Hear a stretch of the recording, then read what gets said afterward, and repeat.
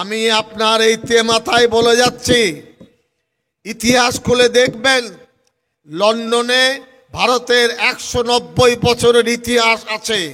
সেই ইতিহাসের বাড়িটির নাম আপনার ইন্ডিয়া হাউস, ব্রিটিশ তৈরি সেই বাড়ি। সেখানে ভারতের অতীত আছে। ব্রিটিশরা লিখছে যে ভারতবর্ষের জাতীয় আপনার স্বাধীনতা আন্দোলনে আরএসএস এর কোনো অবদান নেই, এরা আমাদের তেল লাগিয়ে চলেছে, তেল লাগিয়ে।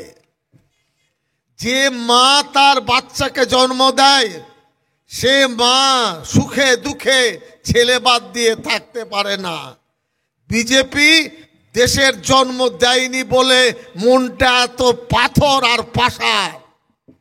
আমাদেরকে বলছে সন্ত্রাস, ডাইরেক্ট গুলি করে মারছো সাধারণ মানুষকে, সেটা সন্ত্রাস নয়।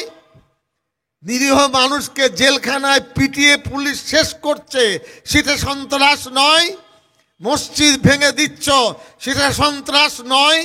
বুলডোজার দিয়ে বাড়ি ভেঙে দিচ্ছ, সন্ত্রাস নয়। মাদ্রাসায় সন্ত্রাস। আমি সাবধান করে যাচ্ছি, এই মেদিনীপুরের এই আপনার সবঙ্গে মাদ্রাসার উপরে আঙুল তোলা বন্ধ করুন। পরিষ্কার পরিচ্ছন্ন কথা। কেউ প্রমাণ করতে পারেনি বুদ্ধদেব ভট্টাচার্য মারা গেছেন, আমি তাকে সম্মান জানাচ্ছি, কিন্তু থুতু ফেলে থুতু চেটে খেতে হয়েছে তাকে। বলেছিলেন, পেরেছেন? কোরআন হাদিস সন্ত্রাস শেখায়। আপনি পড়াশোনা করেননি, মহামূর্খ। সে দায়িত্ব কি আমাদের? আমরা তো বলিনি রামায়ণ, মহাভারত, উপনিষদ, গীতা সন্ত্রাস শেখায়? কোন মসজিদে শুনেছেন? আপনারা কেন মুখ খুলবেন? এইসব পচা কথা কাহিনী বন্ধ করতে হবে। যদি ভাবেন খুব দুর্বল, না, দুর্বলের প্রশ্ন নয়। আমরা ধৈর্যের শিক্ষা শিখেছি, আমরা মূল্যবোধ শিখেছি, মানবতাবোধ শিখেছি। আজকের আলোচনায় আছে ওয়াকাফ সম্পত্তি, মুসলমানদের জাতীয় সম্পত্তি। মসজিদ, মাদ্রাসা, কবরস্থান, ঈদগাহ, খানকা। মাদ্রাসা, মসজিদ, ঈদগাহ, খানকা বৃহত্ত সম্পত্তি, এটা হলো ওয়াকাফ। এই ওয়াকাফের 1 ইঞ্চি জমি আমরা ছেড়ে দেব না ইনশাআল্লাহ, বলা যাচ্ছে আপনাদেরকে। প্রত্যেকটি গ্রামের মানুষের দায়িত্ব মসজিদের সম্পত্তি সুরক্ষিত করার, মাদ্রাসার সম্পত্তি সুরক্ষিত করার। বাপদাদারা ঘুমিয়েছে কবরে আর ফুর্তি করছেন বাইরে। দায়িত্ব নেই যে বাপ চাচার কবরস্থানকে হেফাজত করি? কে করবে? এই দায়িত্ব জমিয়ত উলামা হিন্দের দায়িত্ব। পার্সোনাল্লাহ বোর্ড চেষ্টা করছে। কলকাতা শহরে আমরা গত বোধহয় 28 তারিখে, নাকি কোন সময় ছিল, 28শে ডিসেম্বর, আল্লাহর মেহেরবানি 4 থেকে 5 লক্ষ মানুষ জমায়েত হয়েছিল। ভারতবর্ষে এত বড় জমায়েত হয়নি। যা গেছে উদ্ধারের কাজ হবে, কিন্তু ওয়াকাফের এই প্রস্তাবিত বিলকে আমরা প্রত্যাহার করার দাবি তুলছি। হাত তুলে বলুন আপনারা। যদি জোর করে চাপিয়ে দেয়, দেখা যাবে ইনশাআল্লাহ কি করে তার প্রতিবাদ আমরা করতে পারি। পারবেন না? পারবেন না? আমরা প্রতিবাদ করব শান্তিপূর্ণ দিকে। আমাদের সাথে লড়াই নয় পাবলিকের, হিন্দু ভাইদের সাথে আমাদের লড়াই নয়। তারা আমাদের দাদা, আমাদের ভাই। পুলিশ বাহিনীর বিরুদ্ধে আমাদের লড়াই নয়। লড়াই হলো আমাদের নিজস্ব সম্পদকে কেড়ে নেবেন কেন? ওই আপনার অন্ধ্রপ্রদেশ, কেরল, বহু হিন্দুদের দেবত্ব সম্পত্তি আছে, 9 লক্ষ একর। সেখানে ধরুন, সেখানে ধরার সুযোগ নেই। আমাদের রাজ্যের মুখ্যমন্ত্রী মমতা ব্যানার্জি বিধানসভায় পাশ করেছেন একটা রেজলিউশন, মোশন এনেছেন। সেখানে বলেছেন যে মুসলমানদের নিজস্ব সম্পদ, তাদের এহসাস, অনুভূতি, এই সম্পত্তি বা এই প্রস্তাবকে আমার দল সমর্থন করে না, বিধানসভায় সেটা পাশ হয়েছে। ভারতবর্ষের কোনো বিধানসভায় নয়, সেখানে মন্ত্রী মানব ভূঁইয়াও ছিলেন, আমরাও ছিলাম। মনে রাখবেন, সোজা আঙুলে ঘি না উঠলে যদি ওয়াকফ সম্পত্তি দখল করো তখন বেঁকা আঙুল কি করে করতে আমরা ইনশাআল্লাহ দেখাবো বলে যাবে। এটা আমাদের সম্পত্তি। মসজিদ দখল করবেন, মাদ্রাসা দখল করবেন, বীরত্ব সম্পত্তি দখল করবেন, এসব বাজে কাজ হবে না। সে জামানা আর নেই। আর কত ছাতি দেখা যাবে ইনশাআল্লাহ। বলতে পারেন কোন মন্দিরের সম্পত্তি মুসলমান দখল করেছে? আমরা ৪৫ বছর কলকাতায় কাজ করছি, একটা রেফারেন্স দেন। 1 ইঞ্চি সম্পত্তি মন্দিরের দখল করেছে মুসলমান। সিদ্দিকুল্লাহ চৌধুরী এই সবকে প্রমাণ চাইছে, পারবেন না দিতে। ইসলামের নীতি জোর করে পরের সম্পত্তি দখল করে মসজিদ হয় না। আল্লাহর সম্পত্তি দিতে হয়, উৎসর্গ করতে হয়। জোর করে মন্দিরের সম্পত্তি মসজিদ হবে কেন? মুসলমান কি মরে গেছে, ইয়েতিম হয়ে গেছে যে আল্লাহর নামে সম্পত্তি দেবে না মসজিদের জন্য? এটাকে হতে পারে? প্রত্যেক গ্রামে আছে। এটা অত্যন্ত স্পষ্ট। মার্চ মাসে যখন বাজেট সেশন হবে, বিজেপি বলছে কেন্দ্রের সরকার আমরা তখন বিলটি নাকি জোর করে আনবো, আর বিরোধীরা বলছে আনতে দেব না। আমরা ততদিন পর্যন্ত শান্তিপূর্ণভাবে অপেক্ষা করব। যদি ঠান্ডা করে চলে যায় ঝগড়া খতম। আর যদি লড়াই করার জায়গায় আসে তখন আমাদের চেহারা কি হবে এখন বলার সুযোগ আসেনি, তখন বলা যাবে।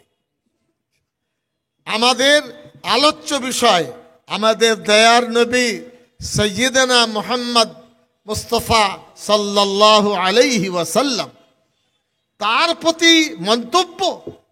আমার বাবার প্রতি, মায়ের প্রতি, আব্বার প্রতি হলে সহ্য হয় না, দয়ার নবীকে নিয়ে তুচ্ছ তাচ্ছিল্য।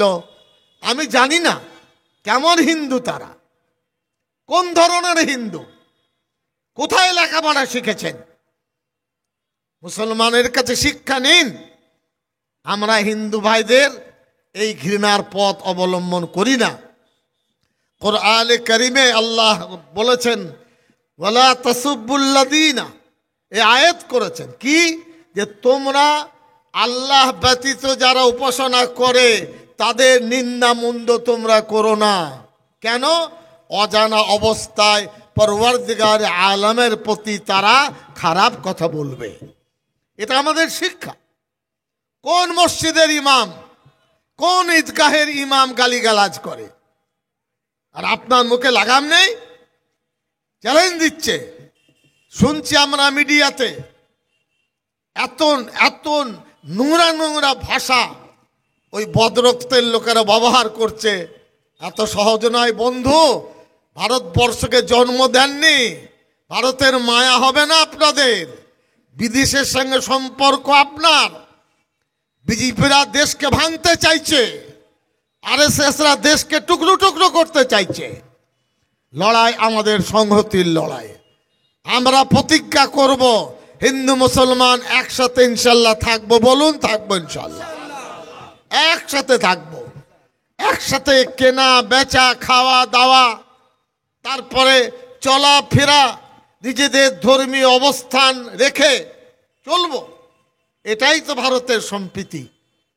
হযরত সাইয়্যিদানা নবী করিম আলাইহিস সালাতু ওয়াস সালাম মদিনা তয়্যিবায় বসে আছেন। একটি ইহুদির জানাজা যাচ্ছে। বুঝতে পারছেন কথা না? পারছেন না? লাশ। নবীজি সাল্লাল্লাহু আলাইহি সাল্লাম দাঁড়িয়ে গেলেন। সাহাবারা বলছেন, ওগো নবীজি, ওটা তো মুসলমানের মরদেহ নয়, আপনি দাঁড়ালেন কেন? দয়ার নবী সাল্লাল্লাহু আলাইহি সাল্লাম বলছেন, ওর তো প্রাণ ছিল, ও তো মানুষ ছিল, তাই ওকে সম্মান জানিয়ে আমি উঠে দাঁড়িয়ে তার সমবেদনা জানিয়েছি। কি শিক্ষা পেলেন? শিক্ষা পেলেন প্রতিবেশী অমুসলিম হিন্দু ভাই তার বিপদ হয়েছে, আপনি দাঁড়ান সেখানে। এটাই হল ইসলামের শিক্ষা। হিংসা বিদ্বেষ, আমার মায়ের যেমন সম্মান আছে, অমুসলিম হিন্দু মায়ের ততখানি সম্মান আছে। আমার বোনের যতখানি সম্মান আছে, হিন্দু মা বোনের ততখানি সম্মান আছে।